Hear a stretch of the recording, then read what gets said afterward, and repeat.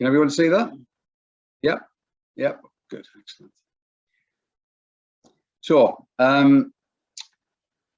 Common Purpose was founded 33 years ago in the northeast of England by the daughter of the former Bishop of Durham, David Jenkins. So Deborah Jenkins founded Common Purpose in Newcastle 33 years ago, and they launched concurrently in Newcastle and Coventry. I don't know why Coventry, but they launched concurrently in Newcastle and Coventry.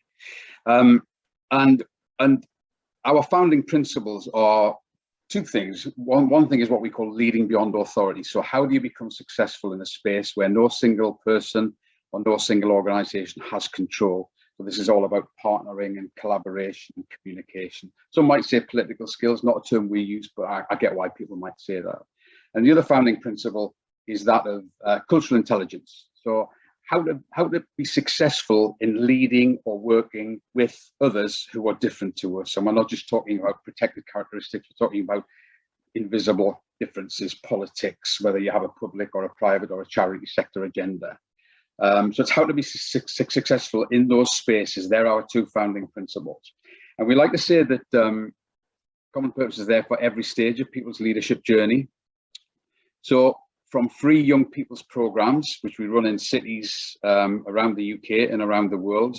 When I say free, they're free to the young people that attend, but they're often sponsored by anchor organisations like housing associations, like the universities, the hospital trusts, the local authorities.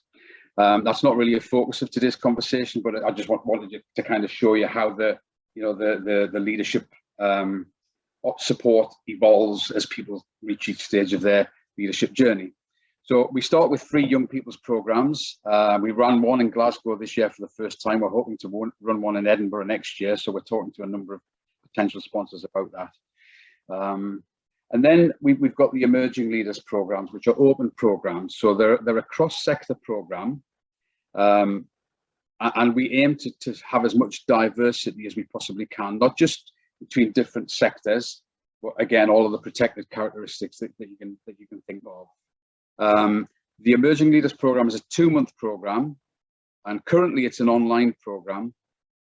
And we have some international sessions as well. So one thing the pandemic forced us to do was look at how we deliver the programs. And obviously, like everyone, we were forced to take a lot of the stuff online.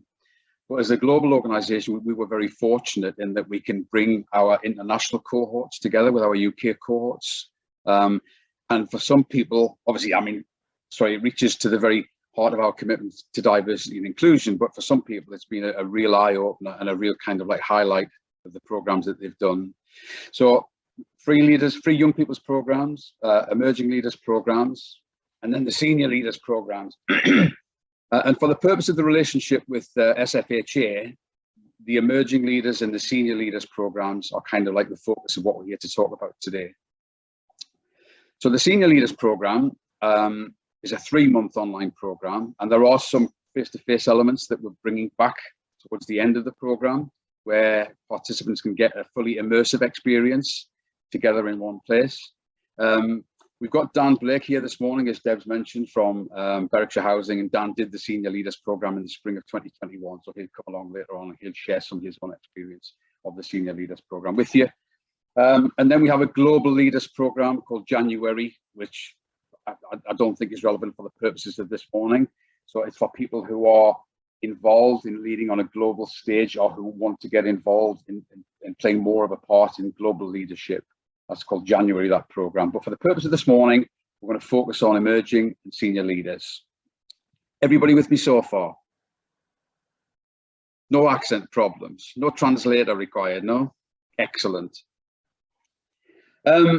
So, as I said before, the focus of the programs are this notion of leading beyond authority and cultural intelligence.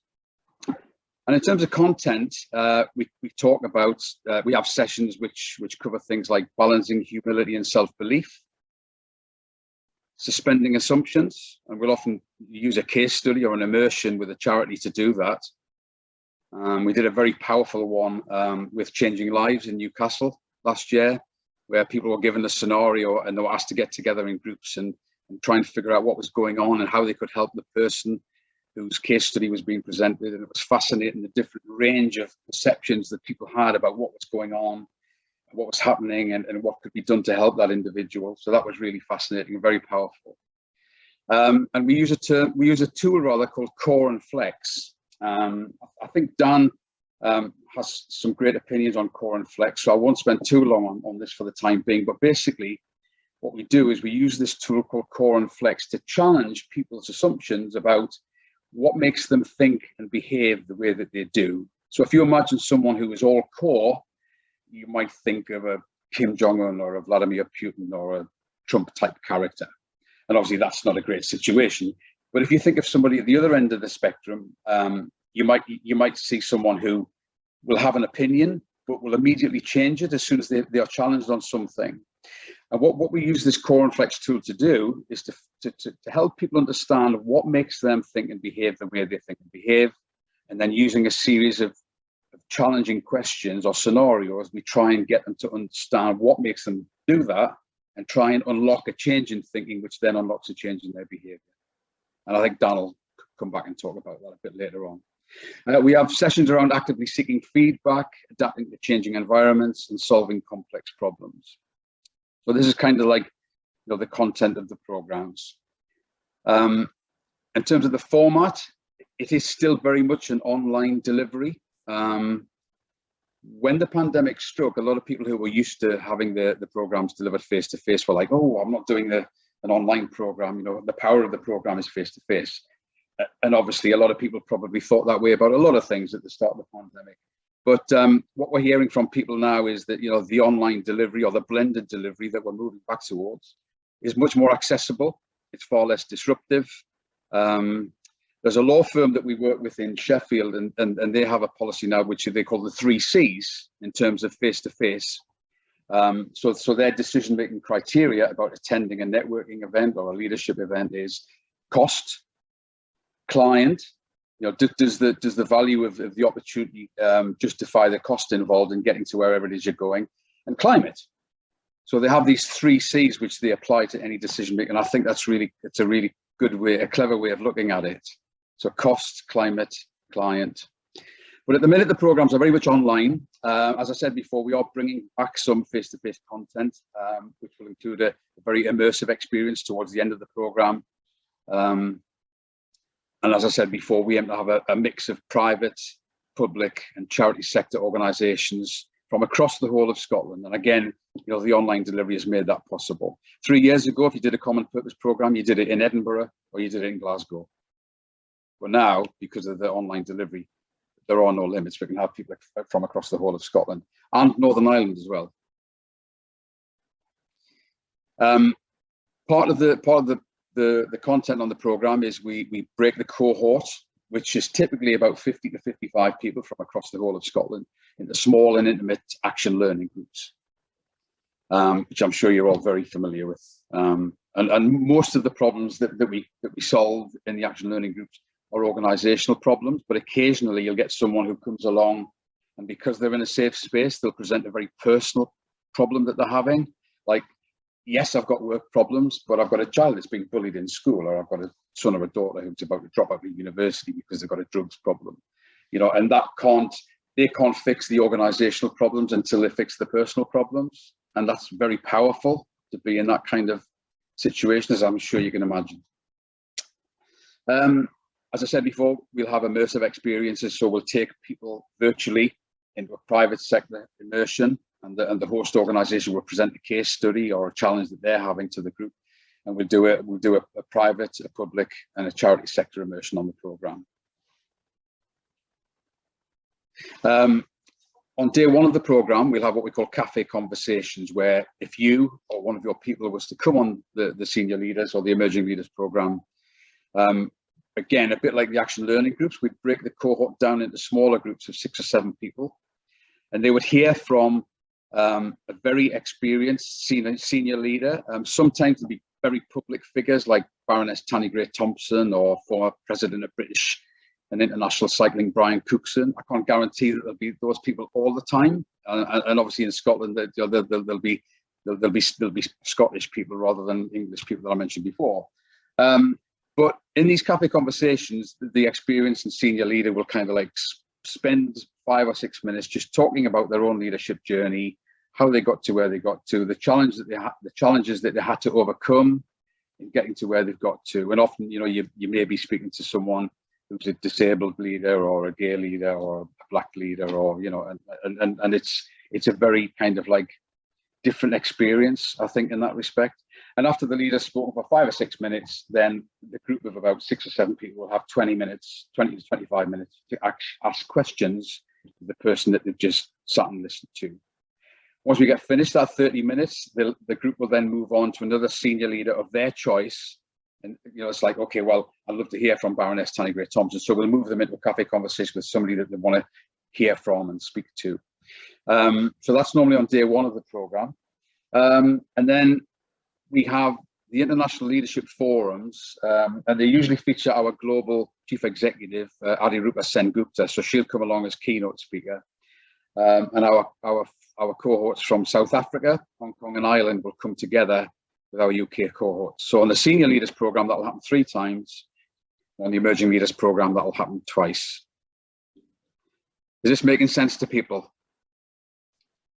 Yes? Good. I won't talk you through these because obviously you can see them for yourselves, but I'll just click through some of the organisations that we work with in Scotland. Obviously, Berwickshire Housing is, you know, Dan's coming on in a few minutes' time. Bailey Gifford have been a great partner for us in Scotland. They sponsor 8 ethnic minority leaders to do the Senior and Emerging Leaders programmes in Scotland, and that's been a fantastic and really useful partnership for us in Scotland, as is the SFHA, of course.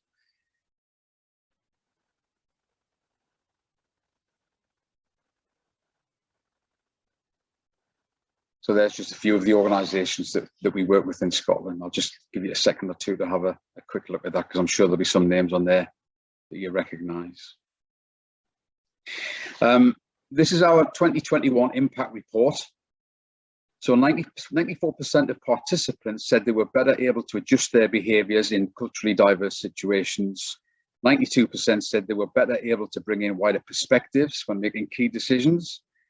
And 94% said they were better able to influence beyond their circle of authority, which is this leading beyond authority principle I mentioned previously.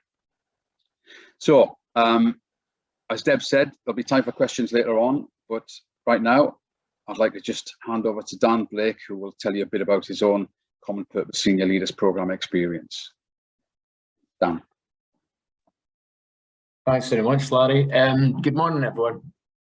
I'm very conscious that I've not got a presentation, so to speak. What I want to do is try and give some flavour as to my I suppose, the experiential learning and what I took away from the programme.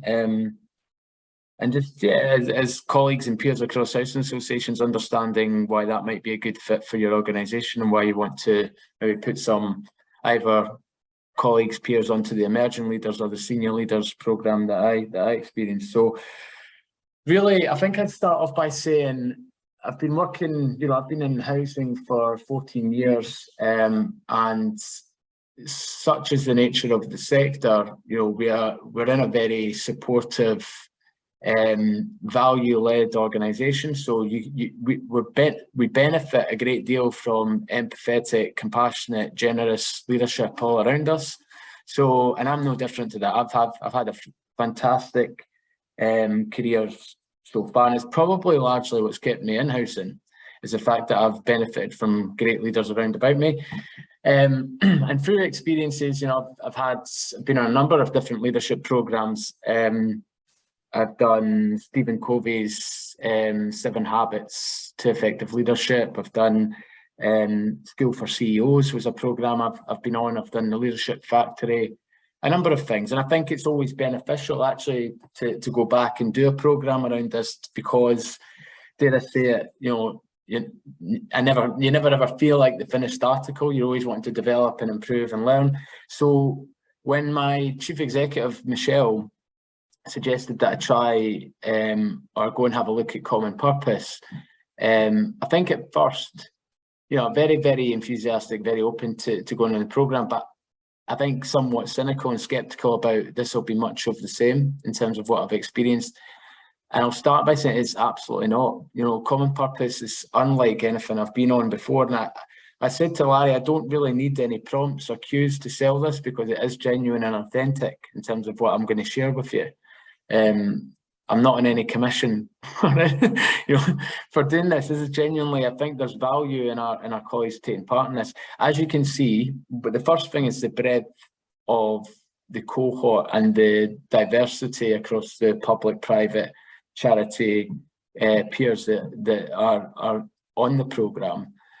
And you're talking about, there's about, I think I might be wrong, 30 to 40 colleagues, peers on the programme when I undertook that. So when you're going into the immersion sessions, they make it very important that you experience, you know, those discussions across a very dynamic range of the delegates on the programme. So you're not spending the whole time in maybe 4 or 5 individuals. You're getting a real breadth of understanding of different people's perspectives, paradigms, you know, learning experiences. It's great. It's fantastic. So that was really, that's one of the biggest takeaways I found, was just, you know, actually getting to speak to other people. And the online thing was absolutely not a barrier. Similar to this today.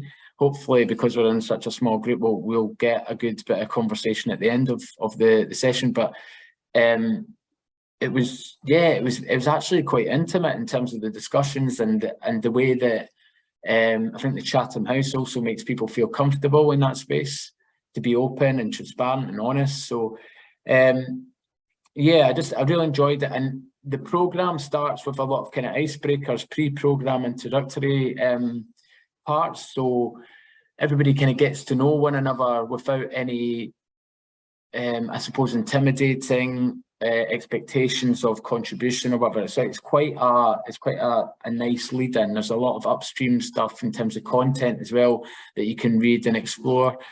One of the things in terms of the programme, it's delivered from an app. So you've got an app which gives you all your content, which you can read. So, and a lot of it is through videos. So Common Purpose obviously have a whole index and directory of thought leaders and, you know, speakers. I'll come on to that later in terms of the actual speakers on the course, but in the app, there's YouTube, you know, TED Talks or whatever, which they refer you to.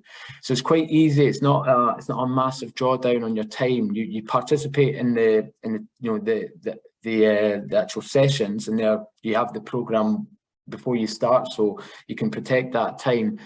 But you've maybe got half an hour, 20 minutes pre session kind of learning, reading before you go into the actual immersions.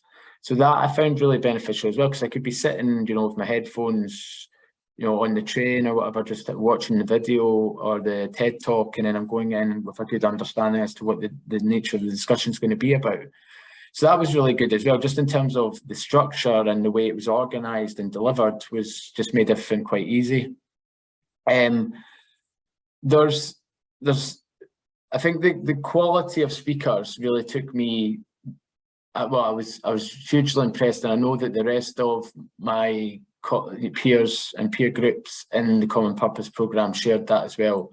A massive range in terms of speakers, but, you know, some real quality speakers coming from different backgrounds. Some of them being Common Purpose alumni. So actually talking from a space where they'd participated in Common Purpose maybe 2, 3, 4 years earlier. One of the people that stood out to me, we were talking about personal agility was one of the subjects, and it was about, one of the things that really resonated with me was the topic was the danger of a single story. And this was on the back of a TED Talk, and the TED Talk was really fascinating. It was a Boston-based academic who was Black, a lady who had lived in the United States all her life, but she told her story about how every time she, in both a corporate environment, but also just in her personal life, she always had to almost validate you know, her citizenship and the fact that she was American, you know, people asking her, you know, where are you originally from though? And she would say, you know, Boston. So it's that kind of, but she was telling the story and then really articulating the challenge and the barriers that I presented to her, and then, you know, almost as well in her leadership, the challenges that she had to encounter and how she overcame those. And I suppose it just, stuff like that was really thought-provoking for me, because that then developed into a conversation around the group, around unconscious bias and judgment and things that we, you know, we then talked in real detail about what are our unconscious biases, you know, and where do these come from? They come from, you know, your upbringing, they come from your family and friends, the people that you choose to I suppose associate with, or you know, or you know, spend time together with. So that just again was really challenging for me, because it's something I've never been on a leadership program where I've went away and I've actually then had conversations in a wider setting with, you know, my family, my friends about the content. So some of like the unconscious bias one was really interesting, because I, you know, just from a topical standpoint, this might all be quite obvious stuff to you, by the way, but it's just like, this is just one sample of something that I took away. You know, when you're talking about political points, it's, we all go, and social media is designed to take you to articles and people that really just reinforce your own paradigms, your own perspectives. And this single thing about danger of a single story really challenged me to say, whilst I don't agree with, or whilst I, you know, in principle don't value that person's opinion or the, you know, or what they believe in, it's actually healthy for me to go and understand what constructs that opinion and what the, you know, so it's that whole thing about seeking to understand the other side, whether or not you know that it's going to change your own perspective. You understand where it's coming from, and therefore you are a bit, you know, in the round a better, more informed person as a consequence. So I really enjoyed that session, and I thought it was fantastic. But the speaker that came in to accompany that discussion was a lady called Uzma Khan. Now, Uzma is now presently the Deputy Chief Operating Officer and Director of Strategic Planning at Glasgow, at the University of Glasgow. So, you know, really high profile role, fascinating in terms of, you know, some of the stuff that from that kind of academic setting that she'll be involved in. But at the time she was speaking on the call, she was actually the Deputy Director for Economic Policy and was leading the Economic COVID-19 Response Hub. So that, you know, when she started talking about, you know, we're talking about immediate challenges, but she was talking about, you know, her ethnicity and, you know, the challenges that come, but it just led into such a dynamic and broad and interesting conversation. And, you know, such a down to earth and grounded person as well. She had loads of time to give, and actually, I'm friend, you know, follow her on LinkedIn and have interactions with a number of the speakers that were on the course, but also the cohort colleagues, you know, still have contact with them. So that's a kind of enduring legacy from the course as well, that I feel like my network's really expanded beyond that, just the housing sector. So that was really, I mean, that was just around personal agility, and that kind of spread into the group learning sets that Larry was talking about, where we had like a group of 5 of us, and we were all given them quite a clear brief to come with a challenge, and we would share the challenge, but then there was a structure in which we went about exploring and unpicking that challenge. And again, really profound. One of the colleagues on the chat, Andy, was he had been working at Energy Savings Trust, but he was just particularly taken aback by, I was taken aback how invested he was in terms of the feedback and the genuine interest, and actually some of the, which I won't share on the call, but he actually took a lot of the stuff from the recommendations from that conversation and you know, and implemented them. And I thought, and real significant change in terms of what he did in terms of his career. So, and how he went on to, you know, other leadership roles within the organization. I just thought that in itself was really profound and powerful. So something, again, I thought was fantastic. I mean, the bit about leading people was, there's a whole section around leading people, and that again challenges you, because we talked, some of the individuals, maybe not so much within our sector, but some of the individuals from private organisations, when we talked about what inclusive leadership and making your people feel safe looked like, their reflections were very much about remuneration. And it was interesting because those from a third sector and charitable kind of side, I made the point, when I think about making my teams feel safe and about inclusivity, I'm not thinking about investment in terms of remuneration or monetary gain. I'm thinking about, how do we reward and recognise our individuals?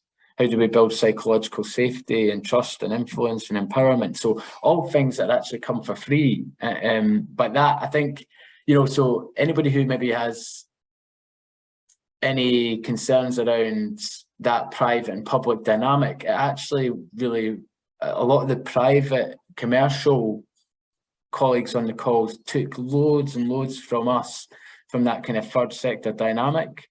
And were very vocal and open about the fact that they just didn't see things that way, and that's not how they learned how to influence people. So that was interesting as well. I found that, it felt really, I think it might just be myself personally, but when I go into those settings, like the School for CEOs program I'd went on to, it was all investment bankers in that room, and I kind of felt like, to some extent, slightly inferior. I very quickly learned in that program that actually I was probably one of the more accomplished leaders in the room. But it's just interesting how you can go into a situation that's unfamiliar and feel immediately at your depth. And I just felt that was very quickly put to bed in terms of the way that the conversation flowed. Another module I found really good was called Transforming Systems. And that was about how it's that kind of leading beyond authority thing, and what the role and purpose, what was the role of purpose and influence within an organization. So it's a really important time. Bear in mind we're in COVID, so everybody kind of was fascinated by this, because they're thinking, how do we lead in this new environment? How do we do it impactfully and successfully? How do we suspend all the previous approaches we'd have? So, it was interesting to see how everybody kind of brought a sense of energy or urgency with their leadership style, but they were very, very different. I think one of the things was that, the interesting thing that I took from the course and the program, we talked about this at great length, was there was kind of four key attributes for transforming systems or transforming organizations. And, they talked about context. So knowing your audience, setting the right environment so that people feel that they're listened to, that, that they're learning, and that ultimately you understand their reality as opposed to projecting your own. So kind of cultivating curiosity from the leadership. So it's that whole thing, interested people are interesting. That was context was one. So then we also talked about breadth, and we talked about making sure your organization understands how all the pieces fit together. So it's like kind of building coalitions and not divisions across your organization, and seeing the organization as a whole and not just in the sum of its parts. So all of this really resonated at that time within COVID, because these are all the challenges that we really had. And I think they're still relevant just now. Another one was about choice. So having the courage to make hard choices, sometimes unpopular.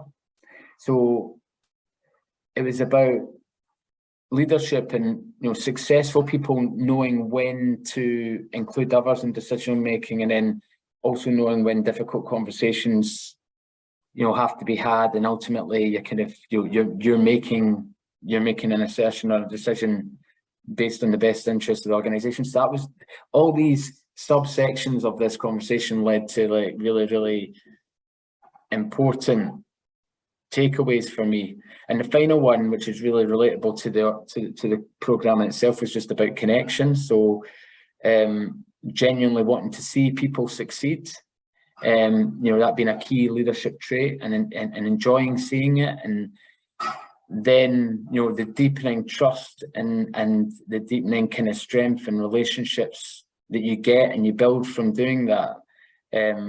So yeah, that again, that was quite, in terms of the transforming systems that I got, that I took an awful lot from it.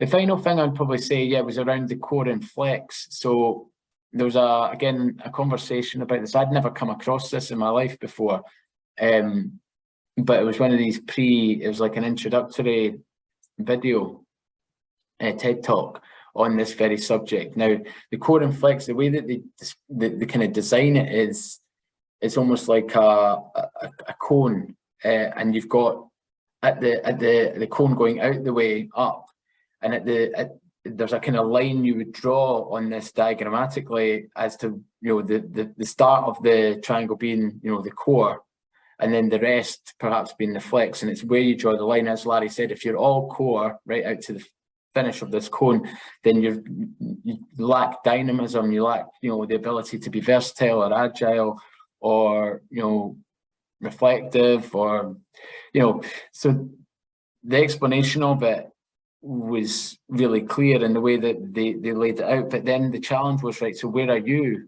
in terms of core and flex? What are your core and what's your flex? And one of the things that they talked about in the program, which I found fascinating, was a lady, in fact, I think she's part of the program, one of the program directors perhaps. She talked about, I think her name's Elaine. She talked about, she had taken a trip to, I think, the Middle East. And one of the things on the trip, she'd always been very clear about what her core and what her flex were. So she had said, you know, I'm not going to conceal my face. I'm not going to cover myself when I go to the Middle East, because part of my core would tell me that I'm not doing that, you know, as a, you know, not just as a Western woman, but someone who, you know, feels that I shouldn't have to do that. So she was very clear before she went that that's what she was going to do.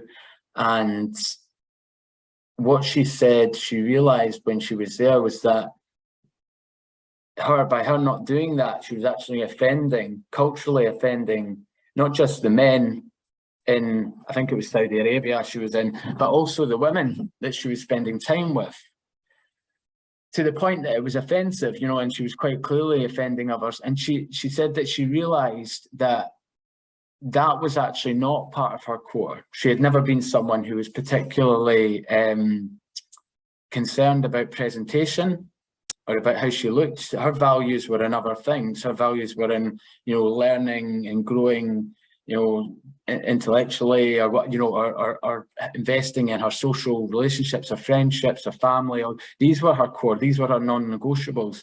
But the fact that, you know, she preordained that she wouldn't do that was not actually part of her core, and actually she'd adjusted her core to reflect a different principle. So it was just a really interesting thing, because she said actually she then just, you know, I suppose, complied with what was expected of her, in the understanding that it didn't actually matter a great deal to her in terms of that core and flex stuff. So what that then made us do is question, and it led into a conversation about our values and who we are. And I can give you a prime example. I've had experiences where, you know, I've had an experience in housing where a staff team have voiced concerns or discontent, and, you know, a leader of mine, when I was in a middle management role, had said, right, get them in tomorrow and we'll have this out. And that was a point where I feel still to this day quite proud, because I said, no, well, that's not my leadership style. That's not what I'm going to do. And this is the team that you're asking me to lead. So I'm going to let this breathe for a few days, and then I'm going to have a conversation with a couple of people individually, and then I might choose to bring everybody into a space where I feel that's appropriate. But, you know, that's something that I was rigidly non-negotiable on, because I knew that that wasn't my leadership style, that was someone else's. And I just think, you know, so it made me question my values. It made me reappraise my values and check in. And it was just a really interesting conversation all round. And it all was generated from that core and flex module. So anyway, on that point, I'll leave it there because I think I could go on all day if I'm being frank. But I'm sure you guys will have questions around, you know, both Larry and my experiences of it. Thanks, Dan. And I think your absolute